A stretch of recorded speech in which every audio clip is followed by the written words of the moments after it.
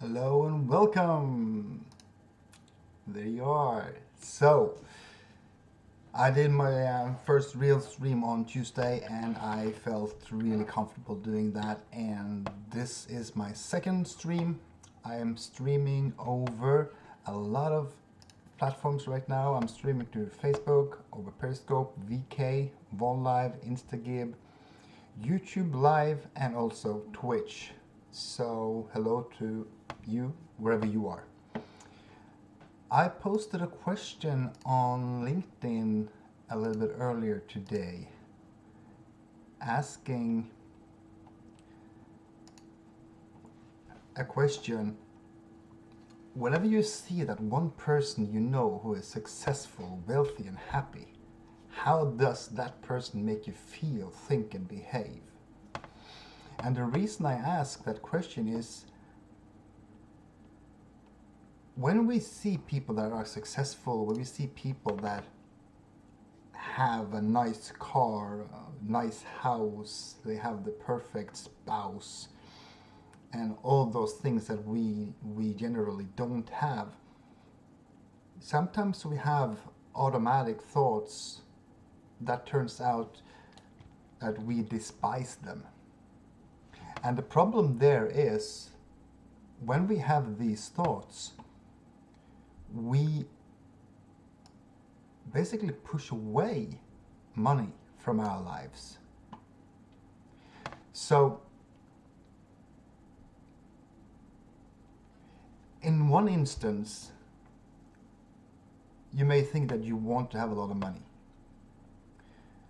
And at the same time, when you think badly of somebody that has a lot of money, there's a fight within you. On one side you want money, on the other side you don't like people that has money.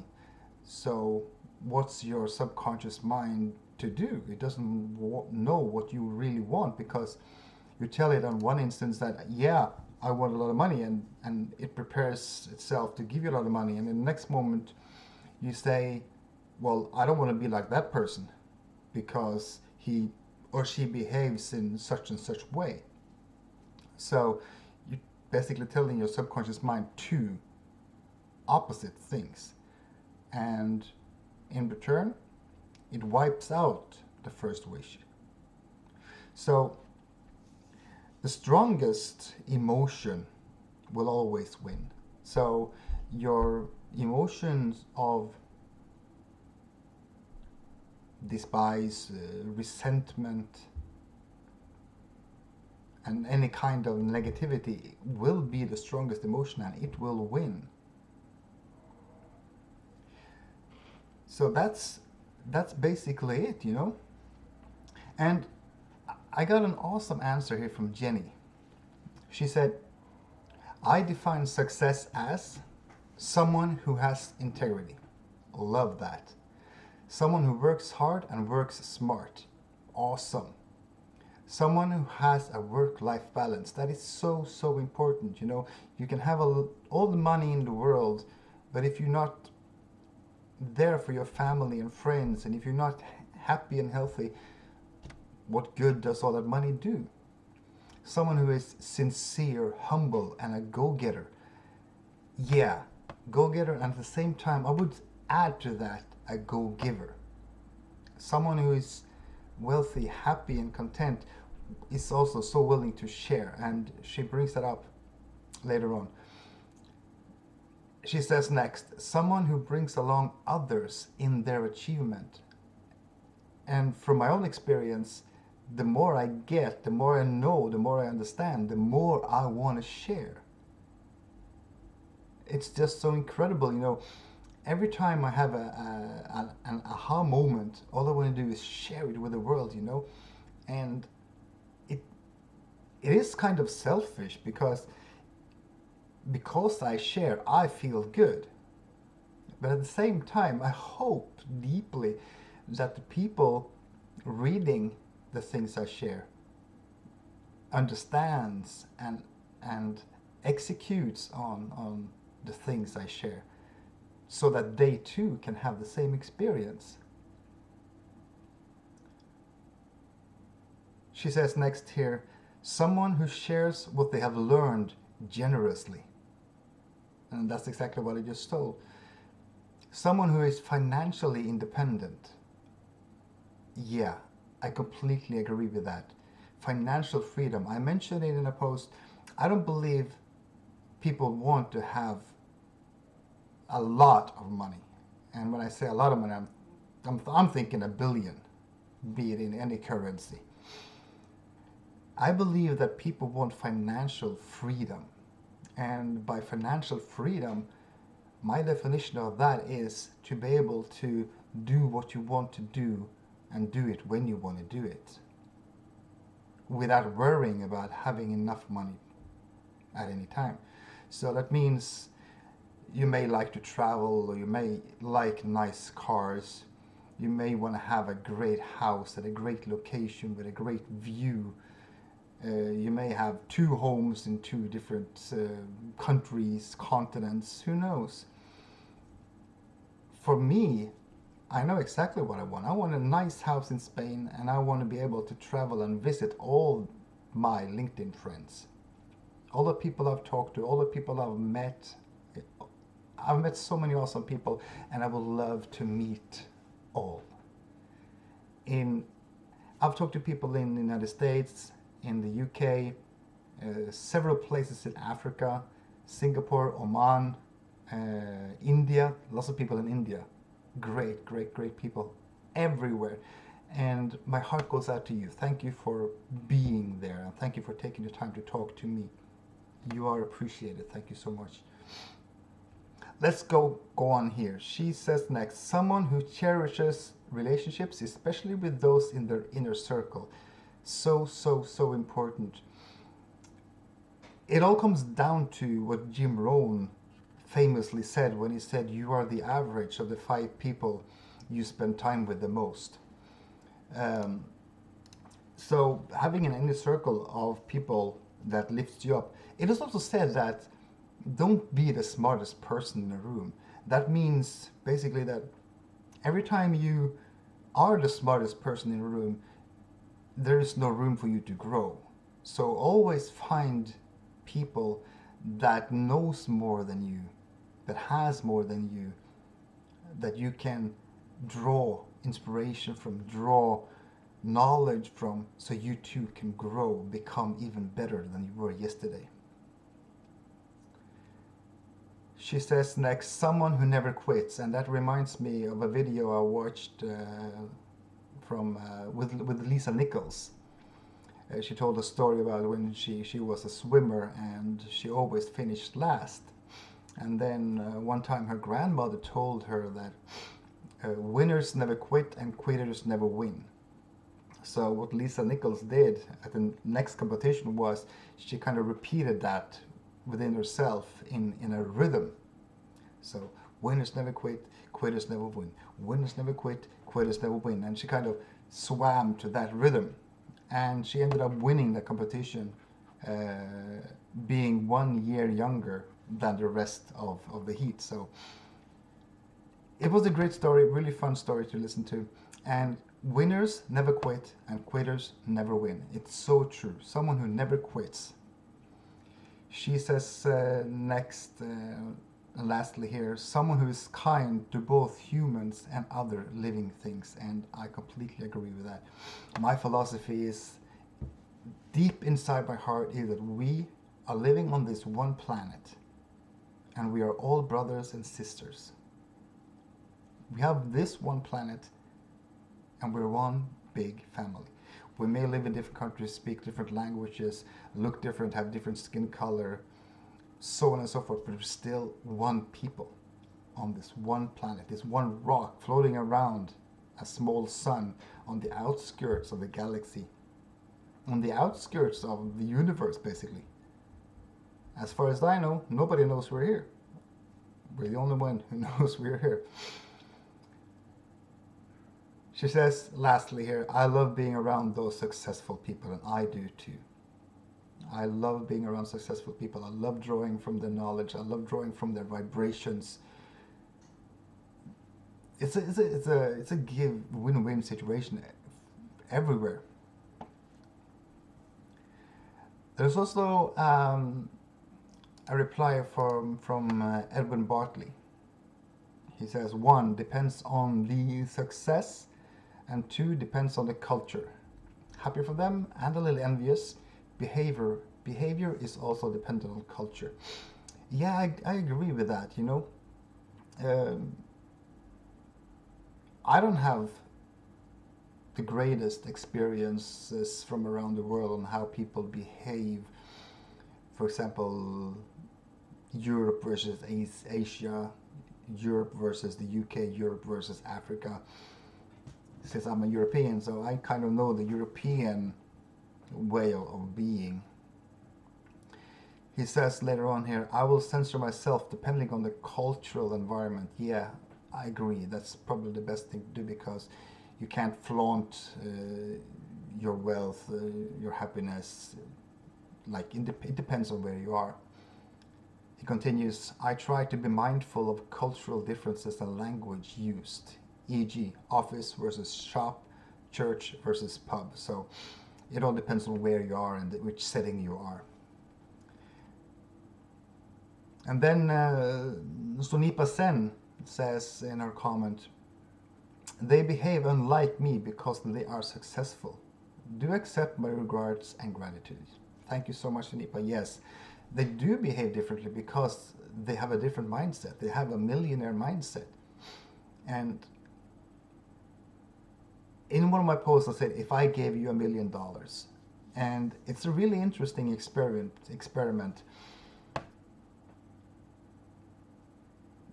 To get $1,000,000, you would simply be a person with $1,000,000. The millionaire mindset is quite different. So you can either develop it quickly if you happen to run into money, or you can grow into the millionaire mindset and the money. I'm not quite there yet myself. I'm working on it. I do believe I have a millionaire mindset. I just like the million. Anyway, let's move on. Milena Jordanova. I define success by living life with purpose, passion, and fulfillment. I completely agree. Success, in my book, means that whatever you do it because you chose to do it, and you do it because you love what you do. It doesn't matter what you do. If you're a stay-at-home mom, if you're a hairdresser, if you're a janitor, it really doesn't matter what you do as long as you chose to do that because you wanted to and because you love what you do. That is success in my book. Calvin Strudwick says, until something is done by the person to skew my perception, I feel a strange sense of pride for complete strangers. It's somewhat baffling. Yeah, I know what you mean, Kelvin. I do know what you mean. When you see people that are successful, when you meet them, they have this vibe over them. You will sense they're different. I used to be quite starstruck when I met people, and after I've started this journey of becoming a coach and talking to so many people from around the world, I feel more at ease with myself and at ease with meeting other people and talking to people. So I hope that when I see and meet somebody famous, that I will be able to quote unquote behave myself, to accept them as a person, to see them as a human being and not as some kind of superstar god, goddess, you know what I'm talking about. So yeah, I'm just trying to that was basically it. It's really interesting to see how everything works, you know, how our minds work. And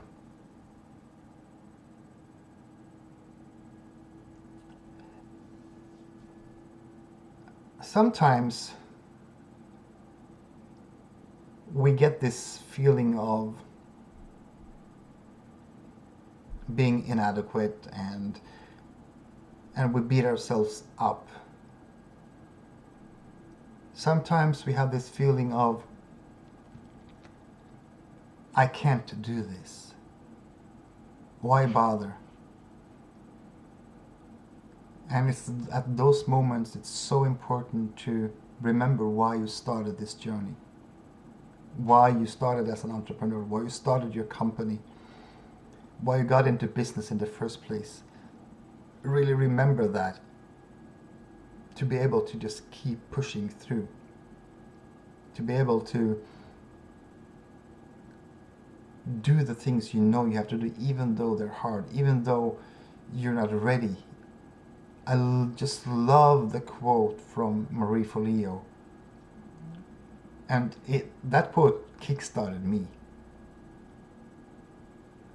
She said, the key to success is to start before you're ready, because you will never be ready. I used to explain it like this.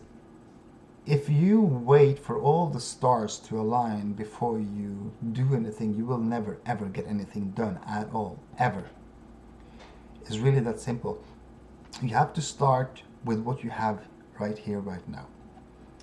Somebody said that abundance is the ability to do what you have to do when you have to do it.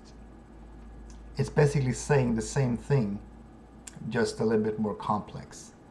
So when you think about abundance in that context and start before you're ready, it all makes sense, it all comes together. So yeah, that is what I want to say today. A little bit about mindset, a little about why it's important to think about how you perceive the people around you, how you think about money. Because money is really, really shy. Money needs to be wooed and flirted with and kind of not tricked into liking you, but it has to be attracted to you. A lack of money to what's it called, repulse money is really, really simple. You just don't like money. If you don't like money, money doesn't like you. If you like money, money likes you. It's really that simple. I know it's a lot of talk about money, because money is really, really important, because we live in a capitalist society, in a capitalistic world. So money really is important. It's not the most important thing in the world. Money is just a tool. It's used for exchange of value. So you give money to somebody to make them give you value of some sort, be it food, or be it a car, a house, mentoring, coaching, anything. So money is just a tool. It has no inherent value in it in of itself. It's just a simple tool, a commodity. But it is important today, in this world, in this time and age. And if we divided all the money in the world equally to every single person, living person today, everybody would be a millionaire. That is how much money is circulating in the world today. All you have to do is listen to that little voice in your head, that little idea you have, and do something. Do the first thing you can do here, right now. Start before you're ready. Now, I'll talk to quite a few people, and also based on my own experiences, how difficult it is to start out as an entrepreneur, a business owner. When you feel perhaps like an imposter, when you feel you don't have the exact knowledge. Let's take the example that Napoleon Hill uses in his book Think and Grow Rich. He always talks about Henry Ford, how he had very little schooling, but he was not uneducated. What he knew, and what is really important here, is not to ask how you can achieve your goals, but ask yourself who can help you achieve those goals. And that was one of the strengths of Henry Ford. He knew who to ask. He knew how to find those people to ask, so they together could do great things. There is an African proverb that says, if you want to go fast, go alone. If you want to go far, go together. And Napoleon Hill is really, really strong when he talks about creating a mastermind. A mastermind is a group of people that is working together, not as a team. They're working together for a greater good. It can be for anything, but since we're talking about money, let's continue on the money thread. So a mastermind group will be a group of people that works together to make more money. So I'm not very good at marketing, so I found a perfect person that works with me for marketing. She's the most awesome woman that I know of. I also have another person I'm working with, and he's the best guy that I've met doing what he does. I want to thank the both of you for being in my mastermind. Thank you. Now, having a mastermind is so important because you don't have to know everything about running a business. You just have to have the idea. And then you find the people that can help you achieve and create your idea. So you become the facilitator. You become the person that has the idea, and you find the people that knows how to do that. I'm going to tell you this. If you have not read Think and Grow Rich, I urge you to do that. And I'm not saying read that book once and be happy with it. No, I'm telling you, read that book as many times as you can throughout your life.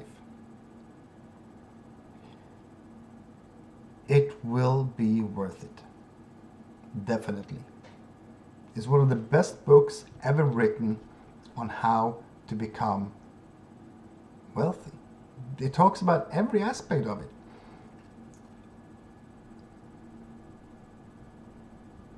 Yeah, this is what I have to say today.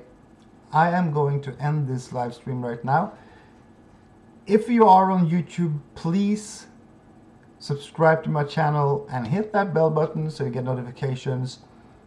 If you're on Twitch, please hit that heart, like. The other channels, if you're on Facebook, give me a like, a thumbs up, Periscope. Perfect. VK, hit that like button, give me some love.